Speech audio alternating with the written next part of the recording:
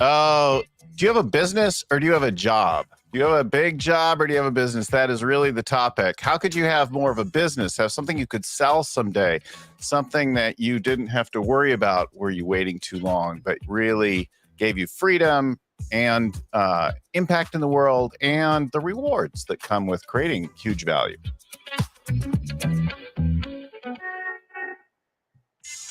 My name is Bill Gallagher, scaling coach and host of the Scaling Up podcast. Our show comes to you every week, usually a couple times a week. We talk to a great guest like today's guest, who, if you're watching me now, you can see on the screen already. Or if you're listening, I'll tell you in just a second. But anyway, over 530 episodes now, a big back catalog of shows, plus tools, downloads, programs, all that kind of thing, and more at scalingcoach.com. Scalingcoach.com is our website and where you can get all that information and more. So, and it's all about the world of scaling up, all the things necessary to get growth going and then survive the growth, not be drowned and overwhelmed in the business. And it's so appropriate because in the world of scaling up, a past scaling up, speaker, contributor is Michael Gerber. Michael, welcome to the show. Hello, Bill. How are you? So I think you're so extremely well known to our audience, but if you are living under a rock, Michael's a multi-mega bestseller for many years, like his book, E-Myth Revisited, back in the 80s, right? When I was first starting to work. So E-Myth Revisited, his first book, but I don't know, 30 books or more now? How many books have you done, Michael? 34. 34! That's a pretty good track record, pretty good accomplishment, right? So there's not only several in that core series, but then also E-Myth for all sorts of verticals, all kinds of things that you might want to address. And anyway, he's got a lot to say and share about this world of that. So Michael, welcome to our show. Thank you, Bill. So, you know what? I think I'd love to start and go way back, the Wayback Machine for a minute first. There you are in the 80s, or maybe even before then. What makes you think about writing this book at this time, like at that time? Well, actually, it was the product of the business that I coincidentally started, which was called the Michael Thomas Corporation. And it was my first company.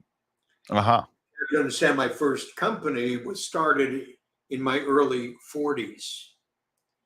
So I wasn't one of those guys who said, I've always wanted to be an entrepreneur. I never wanted to be an entrepreneur. I was never interested in business. What were you interested in? Everything but. Mm-hmm. I was a saxophone player, a jazz musician. I was a poet. I was a framer of houses. I was anything and everything you can imagine, seller of encyclopedias. I did this, I did that, and I did the other, and I had no place to go but where I was going, which was indeterminate. And so this was a complete accident, if you will, that I got into the business of business. Mm-hmm. And it was based upon an invitation that I got from my brother-in-law, who happens to still be my brother-in-law, which is really quite remarkable when you think about how many times I've been married. Who still is my brother-in-law after all these years. His name is Ace Remus. And Ace then owned a small advertising agency in Silicon Valley. And the advertising agency was called Cuneiform. And Ace came to me and said, Michael, I want you to do me a favor. I want you to visit one of my clients who's having a great problem converting the leads that we create for him into sales. Mm-hmm. And I said, why do you want me to do that, Ace? He said, because I think you can have an immense impact on him. And I said, but Ace, I don't know anything about business. And he said, you know more than you think you do, Michael. Just do me the favor and just come and visit Bob. Not his name, but the name I can remember because I keep on telling this story again and again. Yeah. Please come visit Bob and let's see what happens. So I said, sure. And we did. We went to visit Bob. Bob asked me, so Michael, what do you know about my business? Nothing, Bob, because I didn't. He said, well, if you don't know anything about my business, what do you know about my product? Less than that, Bob. Well, if you don't know anything about my business, you know anything about my product, you get the point. Yeah. How can you How help can me? you help me? Yeah. Yeah, I haven't a clue, Bob. But Ace thinks I can. You like Ace. I like Ace. We got an hour to kill. Let's see what happens. Mm-hmm. Ace took off. Bob and I sat there looking at each other in a puzzled manner. Yeah. And I started asking Bob questions. And it wasn't long before I discovered that not only didn't I know anything about business, but Bob didn't either. And here was Bob, who owned a business in Silicon Valley, of all places.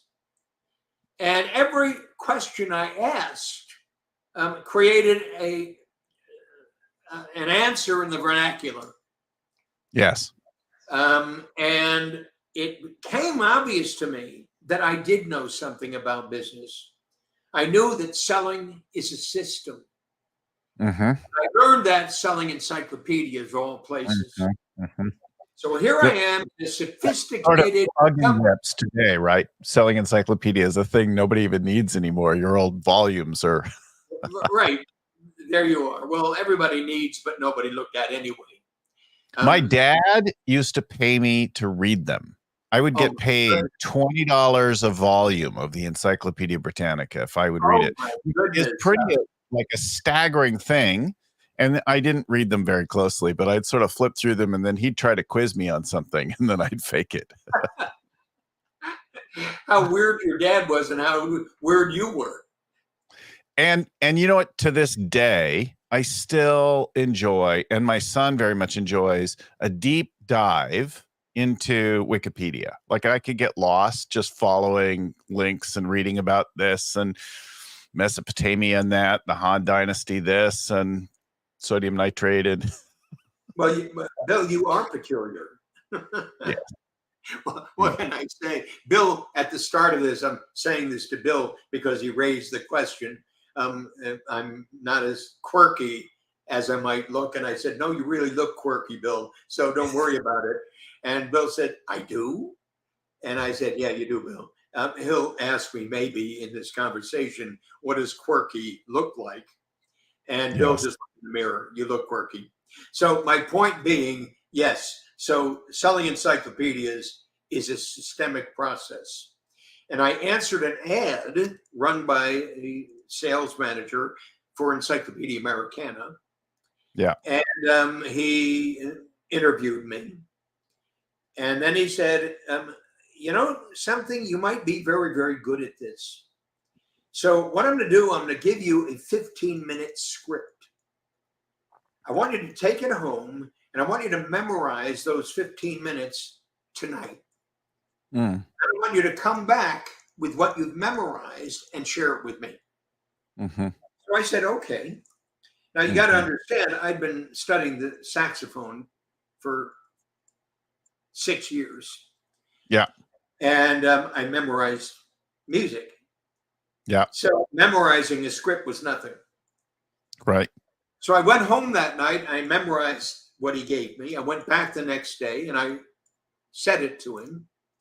And he said, absolutely wonderful, Michael. Now I want you to listen to how I say what you just said.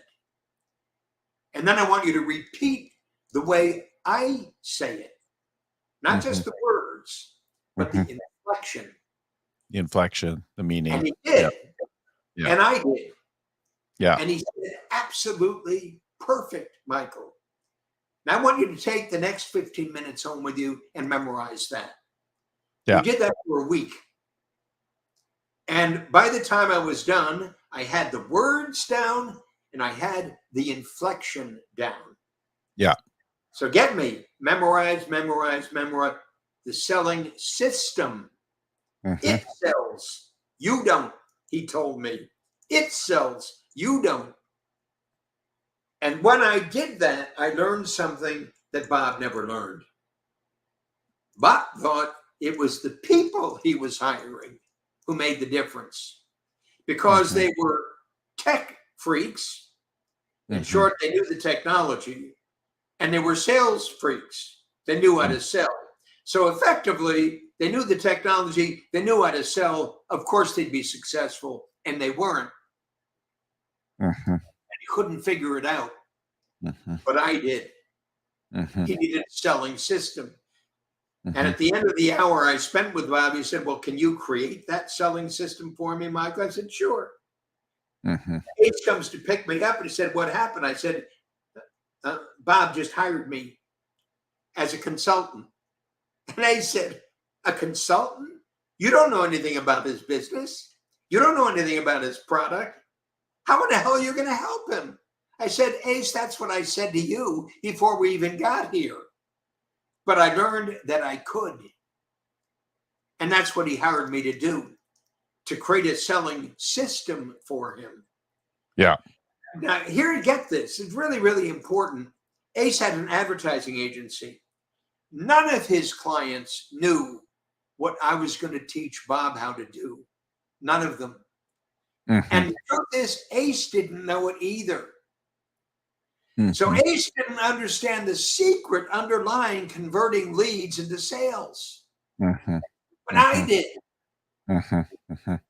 So suddenly Ace needed me for his advertising agency. And as I did that for Bob and for Mary and for Judy and for Jim, all different businesses, I learned something.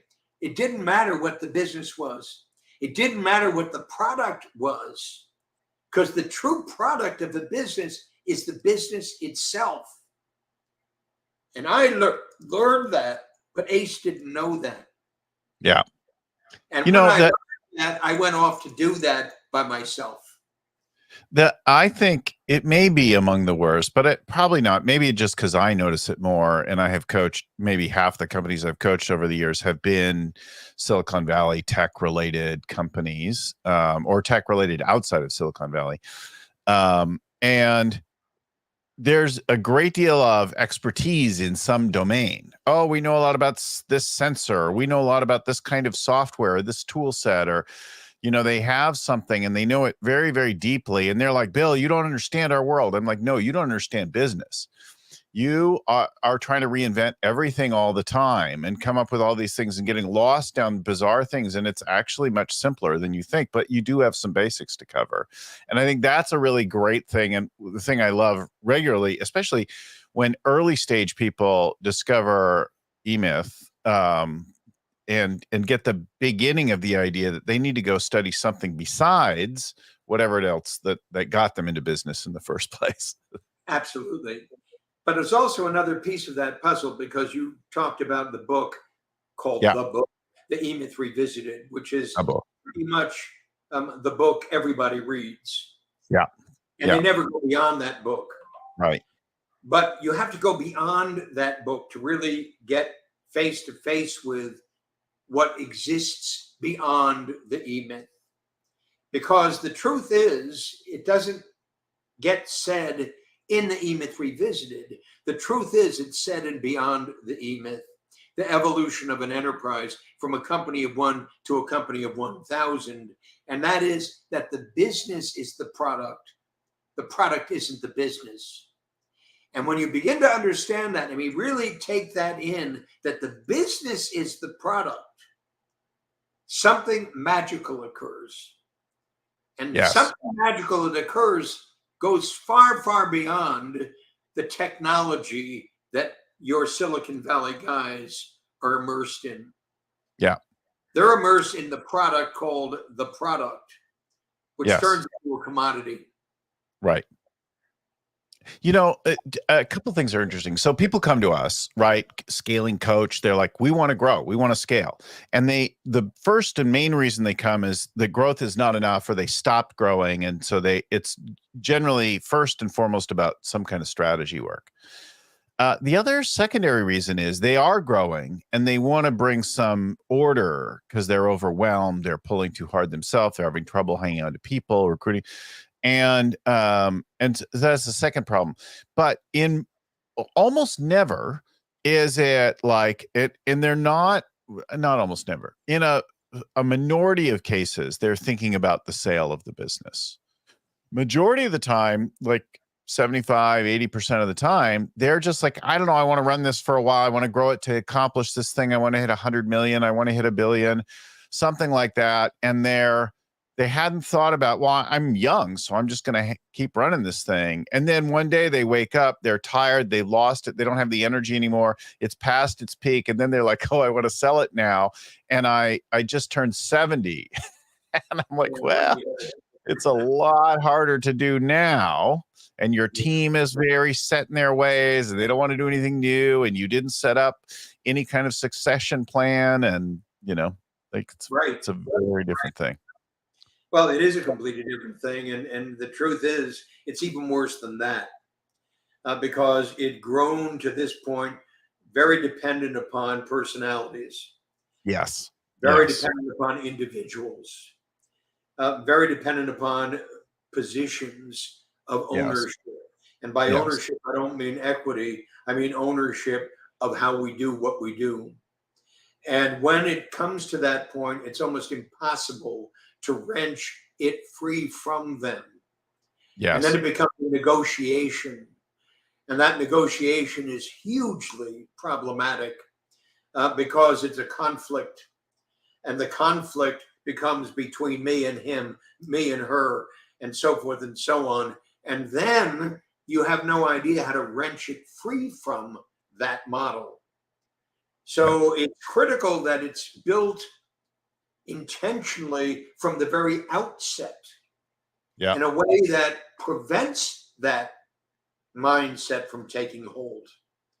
And that's why I say our curriculum, you might say, is built upon what we call the Eightfold Path.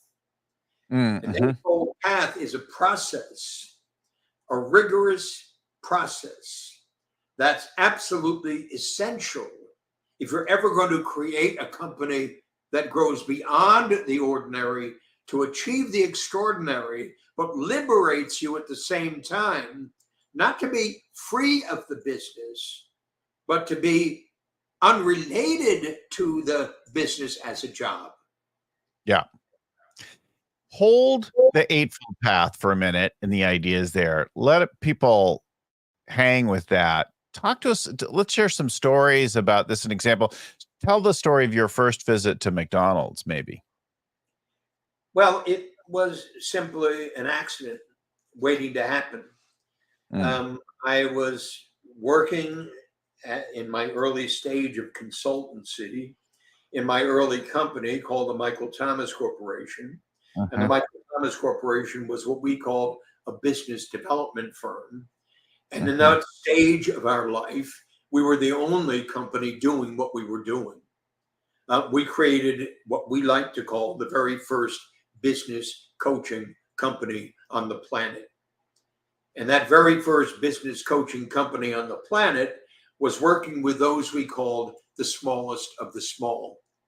And I mean the smallest of the small, meaning every small company that started on the street, doing it, busy, in the hands of a technician suffering from what we called an entrepreneurial seizure. Our company was created to liberate them from stupid. And I say liberate them from stupid, meaning liberate them from themselves. And that's what we set out to do. So understand, we set out to do that. I was in my 40s. Tom was in his 40s, our age. We weren't, in quotes, consultants. We were dreamers. And what I call dreamers, thinkers, storytellers, and leaders. We reinvented the language of entrepreneurship. We came up with a definition for what an entrepreneur is. An entrepreneur is a dreamer, a thinker, a storyteller, and a leader. The dreamer has a dream, the thinker has a vision, the storyteller has a purpose, and the leader has a mission.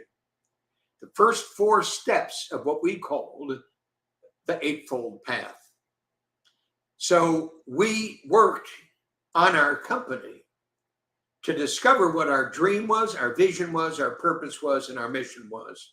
And Tom and I conversed about that radically in the first number of months with our company. What's our dream? What's our vision? What's our purpose? What's our mission? What's our dream? What's our vision? What's our purpose? What's our mission? We had to get that right. Because until and unless we got that right, we wouldn't know why we were in business together. So we did get that right. I had a dream. My dream was to transform the state of small business worldwide. There, I just said it. I've lived with that for close to 47 years. My dream was to transform the state of small business worldwide. There, I said it again. My vision, get this, was to invent the McDonald's of small business development services. But without a dream, there was no vision. But without a vision, there was no purpose. Without a purpose, there was no mission. Get it? A process. So my dream was to transform the state of small business worldwide. There, I said it again. My vision was to invent the McDonald's of small business development services. Why McDonald's? Because McDonald's was the most successful small business in the world. There, I said it, and I said it, and I'll say it again. Because McDonald's is the most successful small business in the world. Now, how can you say that, Michael? McDonald's is a public company. McDonald's is a big, fat company. How can you say McDonald's is the most successful small business in the world? Because McDonald's never would become the great big company McDonald's is had they not become the most successful small business in the world. So you understand it starts right here. Our purpose was the storyteller's role. The storyteller told a story.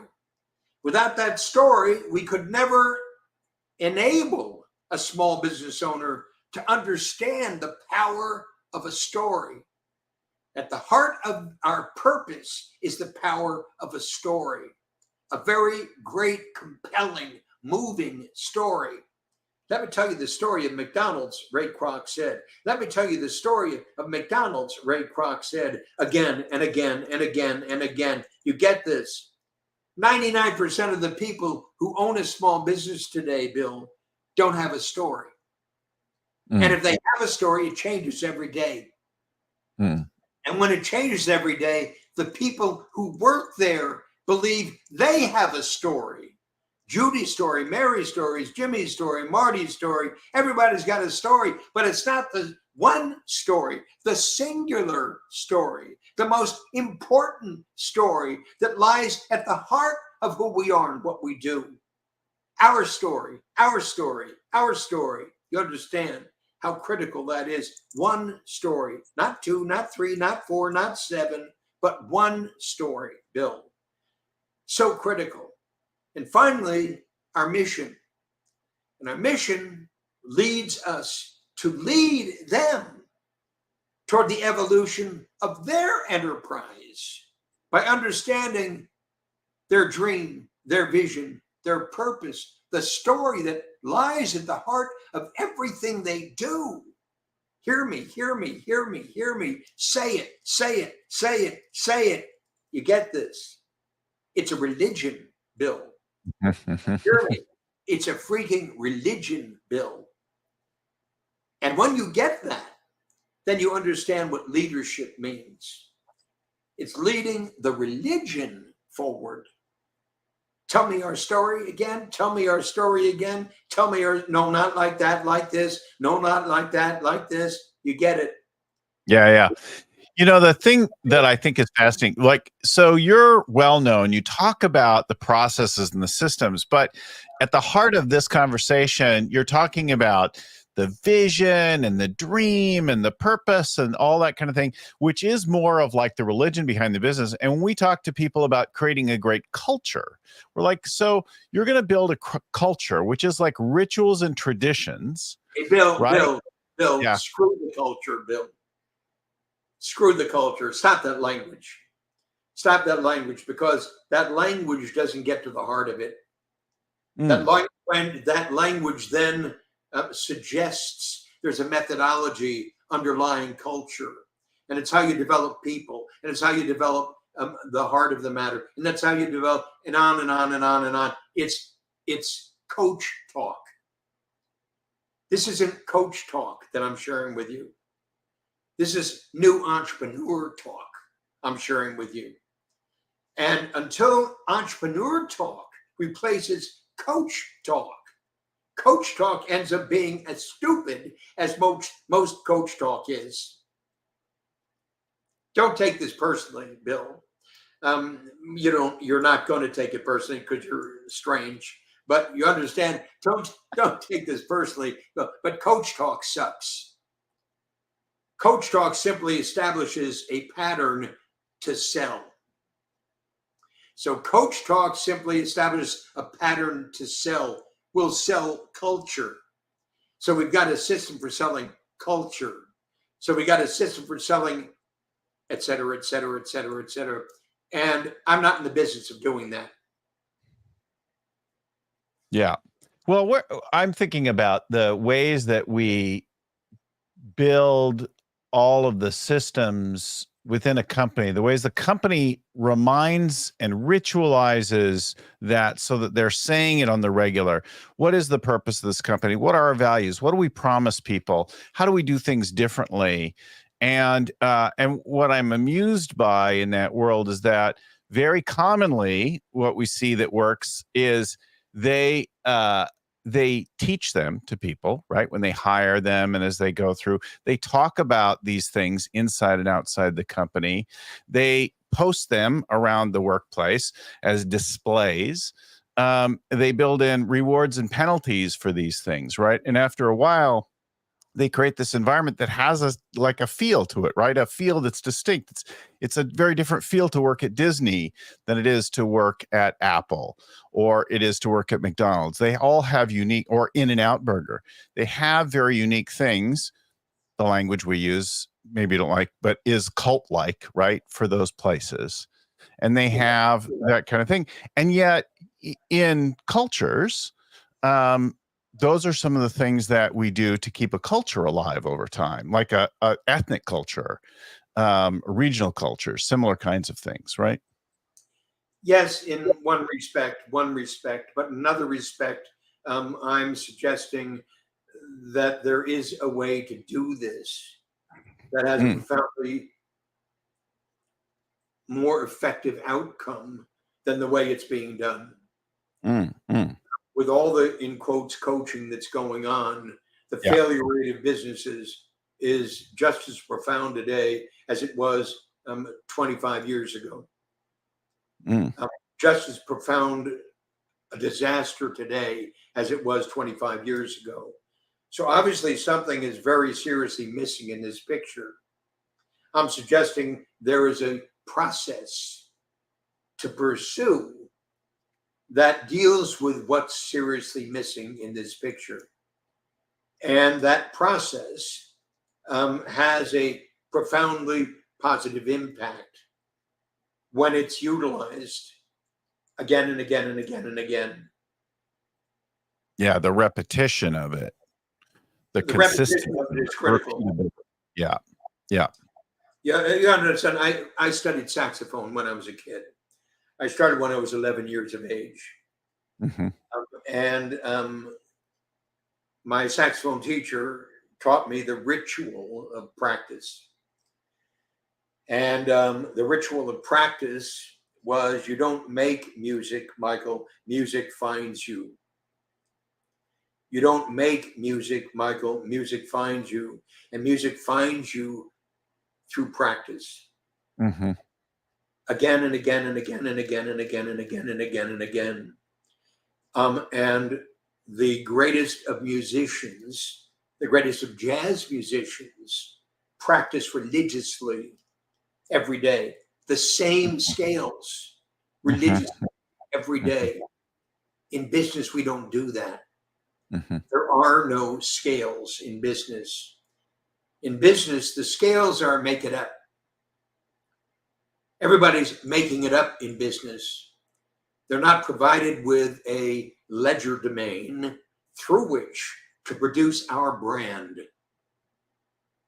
Our brand constitutes our scales. Our scales are a choreography that's been meticulated intentionally to produce an exact outcome that has worked for us for generations, for years. We are those scales. Yeah. We're not something other than those scales. We are those scales. We don't make music. Music finds you through that practice. So I'm suggesting Ray Kroc knew something that Bill Gates didn't. Mm-hmm. Now, Bill Gates, obviously, and contemporaneously, is, one would say, a great entrepreneur. I'd say that Ray Kroc can be emulated significantly more easily than Bill Gates can. Yeah. Oh, yeah. And because of that, Ray Kroc could create 40,000 stores. Mm-hmm. Mm-hmm. Bill Gates never will. Mm-hmm. Mm-hmm. But I'm simply saying that then what lives at the heart of that we can replicate faithfully every single time. Yeah. We teach that. Yeah. That idea of repeatability, making systems out of things, getting it like pouring. As you speak, I'm reminded also of the Karate Kid movie. Where the kid is taught to wax on and wax off, right? Yes. And at some point he's like, why aren't you teaching me karate, right? And then he has him do something and he reacts naturally because he's not using the thing anymore. It's using him. It's like the motion is working through him now. You got it. It's a script. Yeah. It's a script. You did it. Wax on, wax off. You did it. And then it does you. And until it does you, you don't own it. It owns you. I got taught to use to give a workshop years ago, fairly scripted. And they gave us an acting speech making thing. And they said, do this work in the mirror. To begin with, do it 10 times. I would come to do it hundreds of times before I stopped doing that. But and the first 7 or 8 times, I was like, this is annoying, this is stupid, and it's just routine. And then somewhere in there, actually just before the 10th time, I was like, oh my God, there was like a flow that emerged, and the presence and a connection with the person in the mirror, me, and very powerful emotion. And then I started engaging, I started to get interested. And I watched people who were very trained doing the same thing and stumbling with it. And then I set for myself a standard that I wanted that you could wake me at 3 a.m. from a dead sleep and I could do this thing, right? Like beautifully, flawlessly, just like letting it go through me. And that's continued to be an interesting kind of a thing, like work on mastery so that it just shows up for you. Bill, what you just said is profound. What you said is profound, not just the practice, but your experience of the practice. And you're sharing that experience. That's profound. And I wish more people had that experience, because something in you enabled you to have that experience and to grow in that experience, to experience something very few people do. Yeah, it's interesting, like giving up the novelty need. And I'm a ideator. I love novelty and all that kind of thing, but sort of surrendering to the art, the routine of it is like, learning a tea ceremony or something, and just embracing all of the fine mastery. I work with a group of trainers and coaches and that kind of thing. And one of the groups in particular has a very significant number of people in the group who are always like, we're just going to do this exercise again. We're going to do this in that way. I've already seen this before. And I'm like, yeah, this isn't for you. Like when I was a DJ in my early 20s and I was sick of playing a song, I asked the music director, I'm like, when are we going to stop playing this modern English song? Like, and he's like, that song isn't for you. That song is for our audience. And that was brilliant. That was brilliant too. That song isn't for you. That song is for them. Exactly. Practice It's like, it, I don't care if you're bored with it. Practice, play it again, man. Yeah, that's the genius underlying replicability. That's the genius of understanding the genius of the system. It's not for Okay, you. so It's do you still play the saxophone? no, I haven't. I haven't played the saxophone. I've got it. I haven't picked it up for 8 Some years. years. Yeah, Uh-huh. because when I do, it's not the same. When I do, it's me playing the saxophone as opposed to the saxophone playing me. Uh-huh. So when Your I do, connection. I've lost the magic of it. Mm-hmm. Because the magic of it then was Mm-hmm. the religion of the Mm-hmm. practice, the practice, Mm-hmm. the practice, the practice, the practice, the practice, the practice, the practice. I could say that again to the point where it played me. I didn't play it. So what I remember is playing the saxophone. What I forgot was the saxophone playing me. And that forgetfulness is a tragedy. Mm-hmm. Yeah, because you lose it. Mm-hmm. So let me ask you about maybe more contemporary stuff.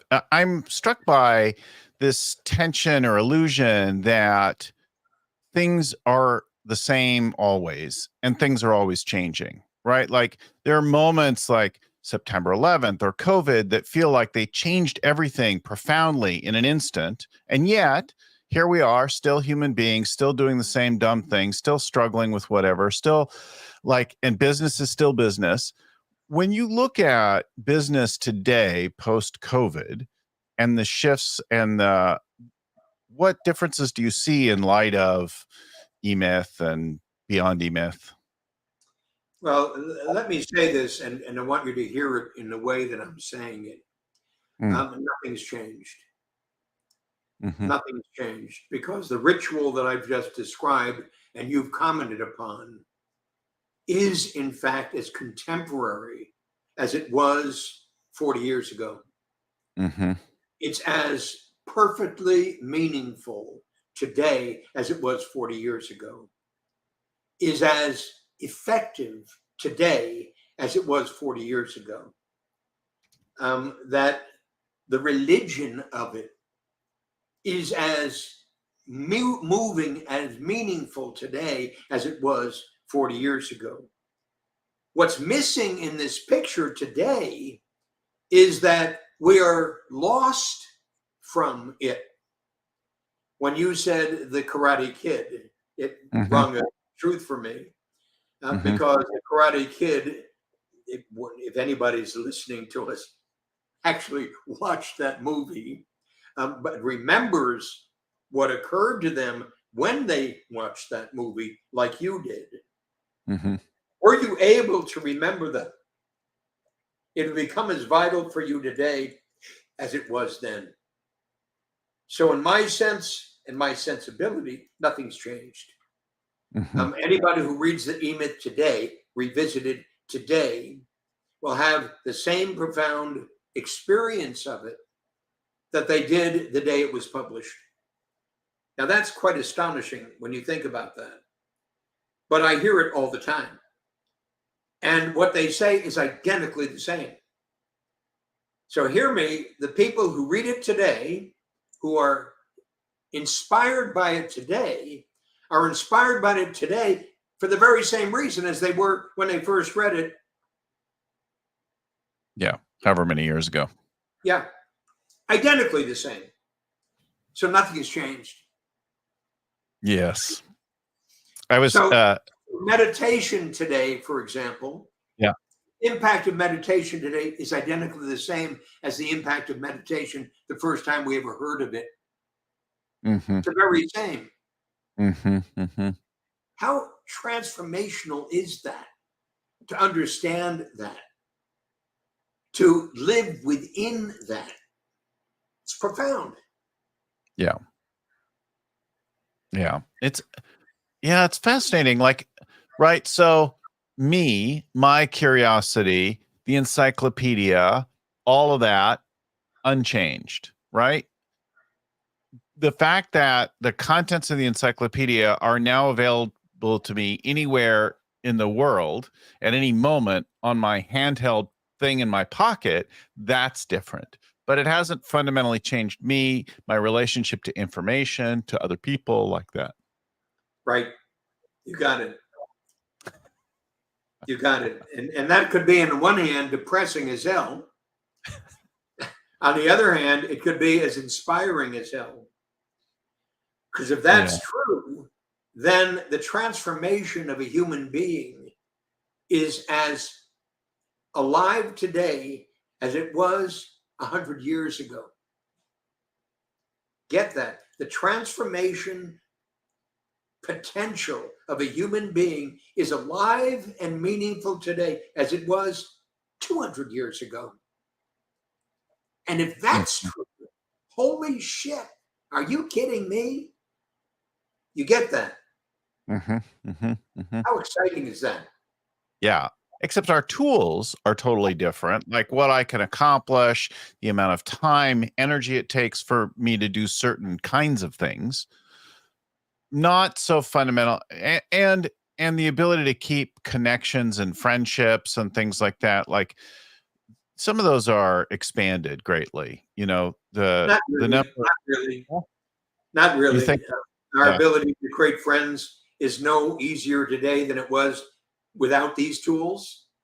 No, not to create friends. I think about but the number of people that are sort of in my awareness today versus, like that I could quickly reach. I could send a text to somebody on the other side of the world, say, "Hey, could you arrange this for me? I want to get there, do that."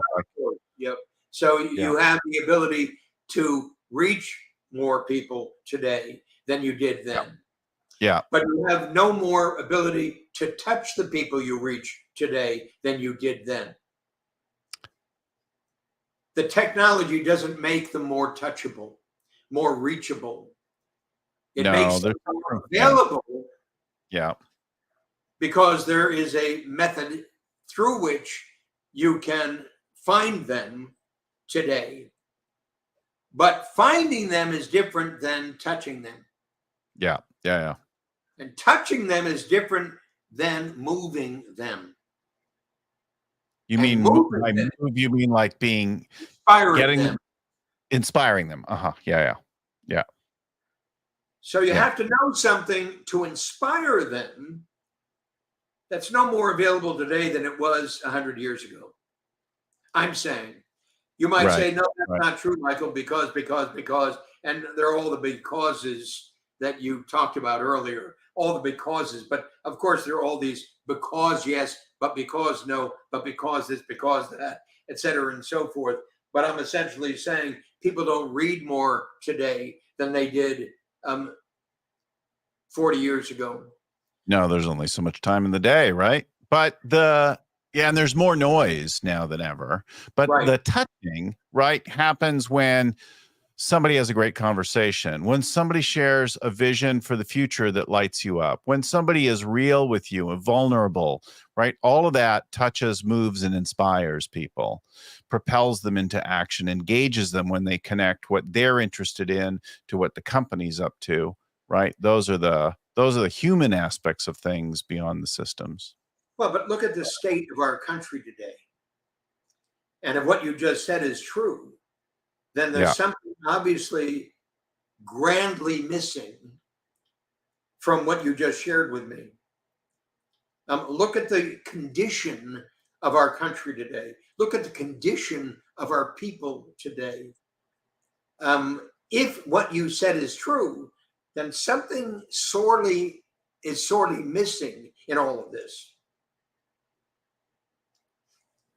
Yeah. Did we go off business there? I feel like there's a deep and interesting thing that I would go down, but does it should I follow down that? You said, did we go off business there? Well, actually, we didn't go off business there, because you go off people, you go off business. It does feel like in the social and political sphere, and then going into media, that we are also discovering that fear is a very powerful tool, and fear and othering and things like that are like a dark side force, maybe compared to the inspiring, touching, connecting, the other side that's sort of kind of love and light ish. Yeah, whatever. Whatever. Let me ask you a couple. We go on and on and on about that, but Yeah, let's just say, in our heart space, Yeah. which is, how do you create a great company? Yeah. When you look today at so many teams remote, not face to face, what are you concerned with from the perspective of eMyth? How do you deal with remote virtual teams? They're not really virtual, but they're remote from each other. Well, we deal with them in very much the same way as we dealt with them 40 years ago. It's easier to deal with them, meaning online as opposed to on site. I don't have to knock on Jerry's door. I can knock on his digital door.